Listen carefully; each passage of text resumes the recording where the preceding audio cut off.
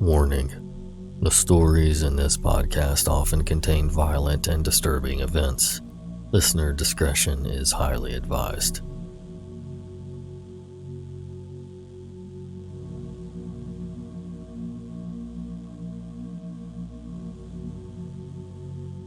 Hello again, Nightmare Society. A big welcome to our newest official members: Edwin L, Caleb W, Lisa Maria G, Amanda Lee, and Jenifer C. Thanks so much for the support, guys. I really appreciate it, and welcome to the club. If you would like to become an official member and show your love for the podcast, visit patreon.com/Nightmare Society. Also, a big thanks to our story contributors for tonight: Ryan, River E, and Mallory, Justin, and their furry buddy Bubba Joe. Now, get comfy and prepare yourself for another episode of the Nightmare Society.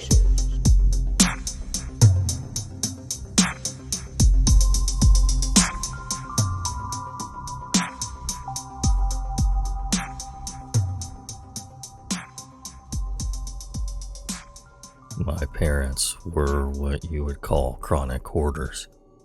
I had an inkling as to the state of affairs of their house and the living conditions, but I sort of sloughed it off, not thinking it was really that bad. I mean, I had talked to them regularly, and they would come and visit my family all the time. I knowingly chose to turn a blind eye. It was easier to pretend that everything was fine than having those awkward conversations and facing the truth. I love my parents and have many fond memories of my childhood. My parents were good, hard-working people and would give the shirts off their backs to help anyone. The hoarding must have started when I left home. I think my mom was suffering from depression and my dad just didn't care. They enabled each other. The perfect storm. My mom passed away 3 years ago. I hadn't been home in 7 years before her passing. After my mom's passing, my wife and I went to talk to my dad at the house. We were shocked to see a full-on episode of Hoarders in the making. Except this was the house I grew up in, not some reality TV show. There was stuff stacked everywhere, literally to the ceiling. In their kitchen, they had 3 fridges and 1 freezer. Stuff was heaped in piles on the kitchen table. I glanced at it, wondering how they managed to eat at the table as there was no room. Dirty dishes and piles of crap lined the counters. Every inch of space was occupied with debris. Parts of the ceiling were caving in from the roof leaking. It was an absolute disaster. How could my parents live this way? My wife took a glimpse in the living room and was mortified as this was her first ever visit to my parents' house. There was crap piled ceiling high in every room with little pathways from room to room. I should add in the mix of all the junk strewn everywhere. There were probably 15 cats and 2 dogs running free, and the stench of cat urine stung our nostrils. To this day, I cannot watch Hoarders. It hits a little too close to home. Immediately, we got my dad and got the hell out of there, and it's been 3 years since I was back at the house. But I decided to go back the Sunday after Halloween to check on the house, and possibly find my old baby pictures. Like I said, it was a while since I had been home. I crashed at a high school buddy's place and made plans to go to my parents' house first thing in the morning. It was good catching up with old friends, and it helped take my mind off the task I knew I would be faced with the following day. I headed over as planned early on Sunday. I had a weird feeling and felt a lot of emotions as I pulled up to my parents' house. I thought to myself, if I find what I'm looking for, I probably will never come back here. I drove in the driveway and parked my SUV. As I got out, I noticed a garbage can knocked over to one side. It was empty. There was also a homemade wooden toolbox I could see in the back of the yard. My eyes were drawn to this because it was wide open and all the tools were removed. I kept walking around the backyard to a shed which was also wide open. I couldn't see a lock on the door. I took a look inside the shed and it was much of the same as the inside of the house. Junk stacked ceiling high. I noticed an old satellite dish, an electric weed trimmer, amongst other pretty much useless or broken items in the shed. There was also an old greenhouse in the backyard. It was pretty much destroyed and the roof was caved in, but I could see stuff piled high under the collapsed roof. I diverted my attention to the back door of the house. There was a missing cat poster someone hung on the back door. I never noticed it right away, but as I got closer to the door, I could see it was slightly ajar and had been kicked in. I poked my head inside and yelled, "Hello?" I didn't hear anything, but my mind was wandering and my heart pounding. I immediately called my dad and advised him of the situation. Needless to say, he had washed his hands of our old family home and didn't give a crap that the door had been forcibly opened. My dad had disconnected the power, water, and gas to the house, so there was no electricity or heat. I could see my breath in the house, it was so cold. If anyone has had their house broken into, they know the uneasy feeling it gives you. Was someone still there? Were they hiding in a closet waiting for me to draw near? As I was standing in the kitchen feeling violated, I looked around at the pictures hung of my niece and nephew. I debated pulling the pin on the whole operation. I was pissed at my father for his lack of caring, but I had driven all this way and decided to press on. With flashlight, N95 mask, and rubber gloves in hand, I started to explore the living room. I could see a box of old records in the center of the living room, and I thought it was weird of their location, as I doubted my dad had left them there. It then became clear that even in all the piles of junk, that someone was searching through it. There was a drawer pulled out from the entertainment stand in the living room, and the contents were spilled out onto the floor. There were several plastic storage containers with the drawers open and contents ransacked. I realized that whoever was searching placed the box of records in the living room. Had I scared them off? Were they coming back? "Hello?" I yelled again. Still nothing. Just the sound of my heart beating in the quiet. I hastily grabbed a pair of scissors that were lying on the floor for protection, fully anticipating that someone was still in the house. Like the unsuspecting victim in the movies, I would not be denied my baby pictures. I walked down the hallway past the living room. There were shelves lining the entire hallway, filled to capacity. I passed the bathroom and made my way to the bedrooms. It was daylight, so there was natural sunlight to aid my search. I went to my parents' old bedroom first. There was a jewelry box tumbled over, and its contents spilled on the bed like someone was skimming through it looking for valuables. If there was anything of value, it had already been taken. I opened the closet door and found stacks on stacks of clothes. I went in the second bedroom. At this point, I was juggling the worrisome feeling I was having mixed with the anxiety of thinking about my mom and her last moments in this house. The second bedroom was filled with old VHS tapes. I filled a garbage bag I had grabbed from the kitchen with a bunch of old Disney movies. I peered into the third upstairs bedroom. Still no baby pictures, but more and more trash. I recollected a conversation I had with my mom about the whereabouts of my old photo albums while she was still alive. She said they are in your old bedroom downstairs in the basement. Oh, great, I shuddered. With no power, I knew it would be pitch black down there. I opened the door to the basement to go downstairs and shined my flashlight down the stairs. I could make out piles of rubbish. couldn't tell if the basement had been ransacked like the upstairs because there was just so much stuff. "Hello?" I yelled for a third time. This time, the silence was broken. I could faintly hear talking coming from the basement. I couldn't hear what they were saying, but there was definitely somebody down there. In my bravest voice, I yelled back down. "Hello? Who's down there? I'm calling the police." I started to back away from the basement door to the back door, thinking I may have to get the heck out of Dodge. Who was down there? Was there more than one person? As I heard footsteps approaching the entryway of the basement steps, I hightailed it the heck out of there.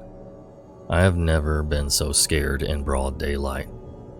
I ran to my car, still holding the garbage bag of movies and scissors. I started my SUV and backed out of the yard, not even looking back at the house as I sped away. It took me a while to regain my composure and common sense. I followed up on my threat and called the police. I have not been back to the house since, but the police reported they never found anyone on the property.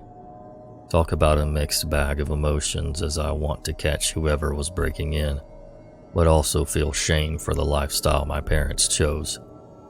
The police called me yesterday to advise the outside shed had been broken into again, and they wanted me to install a lock. If and when I go back, I'm reconnecting power and turning every single light on in that house. As other people tell you, trust your gut. My gut was telling me something was not right. Listen to your gut and trust your instincts. To the person or persons creepily dwelling in my parents' basement, let's never meet again.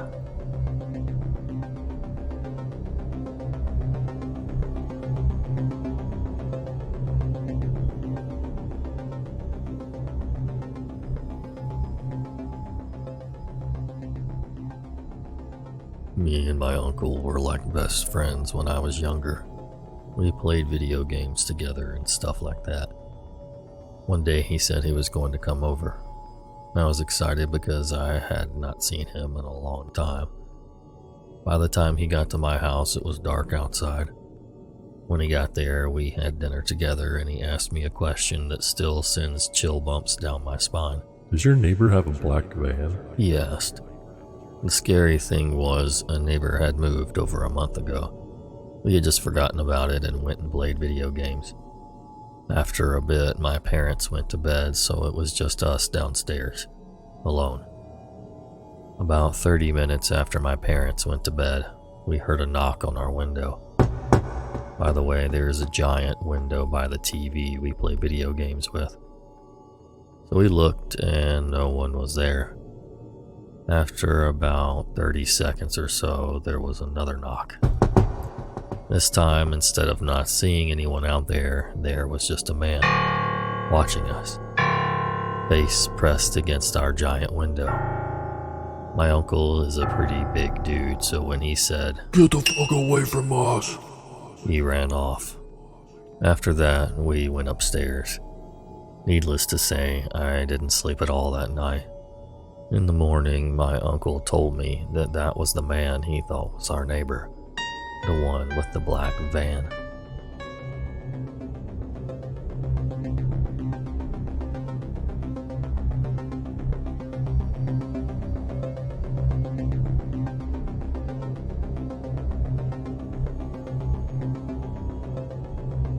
About 5 months ago now, my husband and I moved cross-country from Michigan to the state of Washington. I was living in Michigan and he was living in Miami, Florida. He flew home to help me pack all of my belongings into our cargo trailer, and then we headed down to Miami to get all of his things. Our trip from Michigan to Miami went very smooth. One night on our way out of Florida, we decided to drive through the night to cut off some time, so we could make a day stop at a national park along our route. We were nearing the end of our trek out of Florida when we decided to make a stop to refuel, grab some snacks, and hit the bathroom. This is when things got scary. We took an exit off of I-75 into Wildwood, Florida. We had a giant diesel truck and a 30-foot trailer, so we decided to make things easy on ourselves and pulled through one of the semi-trailer fueling stations. If my recall is correct, I think it was one of those TA truck stops. Initially, nothing seemed strange or out of order. Granted, we were fairly worn out and had been on the road for several hours at this point, and it was at about 1 a.m., so we likely weren't as alert as we typically would have been. My husband got out of the truck and tried to start fueling up. The attendant inside declined his access and indicated he needed to come inside. You know, the see the cashier signal that pops up on the screen. We both thought it was slightly odd as other truckers had come through, fueled up, and left without any issues. We disregarded it and my husband headed inside. I waited in the truck for a minute to give our dog Bubba Joe some attention, as he had just woken up from a nap in the back. After he woke up a bit, he started whining and would not take his paw out of my lap. This was extremely unusual for him. Again, I shrugged it off as long-haul exhaustion. I got Bubba Joe settled down and headed inside to grab a pop and go to the bathroom. As I was walking in the store, I noticed that a trucker who had gone in after my husband was already headed back out the door. At this point, my husband had already been inside for about 10 minutes, so it was weird that someone who went inside to do the same thing he was doing was out before him. My husband is not someone who lollygags around in a gas station. I thought to myself, that's odd. He was only going in to grab a pop and pay for fuel. I went inside and went straight to the bathroom. When I came out, I spotted my husband still standing in line. The person in front of him seemed to know the cashier and was moving change around on the counter pointlessly and giving me a weird look. The man standing behind him didn't have anything to pay for, and I had not seen him outside. I looked at my husband and the hair on the back of my neck stood up and a feeling of panic washed over me. His eyes said to me, Go back to the truck right now. I paused for a second and then he mouthed to me, Go. So I quickly made my way back to the truck, worried about what was going on. Shortly after I got in the truck, my husband opened his door and said, We're leaving now. He proceeded to tell me that when he went into the store, the two men he was standing in line with were kind of milling around the store suspiciously. He also had noted that the store appeared to have a second level, and there were a couple of odd folks hanging up around the stairs, watching him. When he went to get in line, the two men followed him and seemed to be purposely holding him up. He said he had also seen the other trucker I had seen come in and grab his drink and cash out, then leave. The two men and the cashier held my husband up until the other trucker guy was gone. They only seemed to allow my husband to leave after I came in and they realized that he was with someone. He saw the opportunity to leave, left his beverages, and got out of there. You would think this is where the story ends, but oh no. Generally, we would have just left and never looked back. However, we were pretty low on fuel and the next gas station was too far to get to. We went across the street to a different station and thought we were out of harm's way. But we were wrong. We pulled up to a pump and were on high alert. My husband got out to pump fuel and again was prompted to go inside to see the cashier. He did, and this time one of the same men from the other stores had followed us across the street and followed him inside. One of the other men stood outside and watched me in the truck. He managed to pay for gas, and as he was coming out, the man that had followed him in was on his tail. I looked right at the man following my husband, and he gave me the most sinister smile that made me almost sick. My husband noticed the guy following him and turned around to say, Hey man, do you have a problem? The man looked taken aback to be confronted and laughed and said, Sorry dude, I just recognized you from across the street.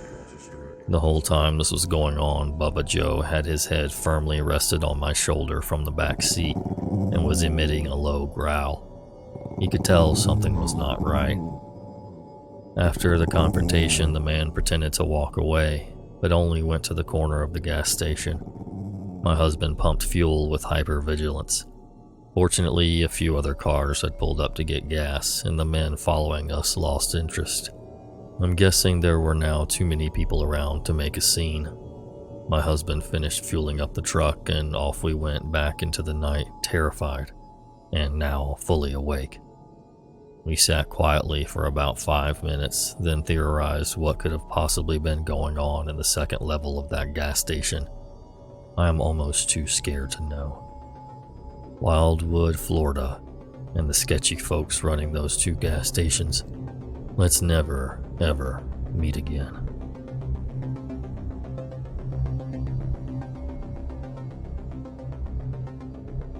Don't forget to check out patreon.com/Nightmare Society if you'd like to support the podcast, or if you're just purely interested in bonus episodes. We have several over there.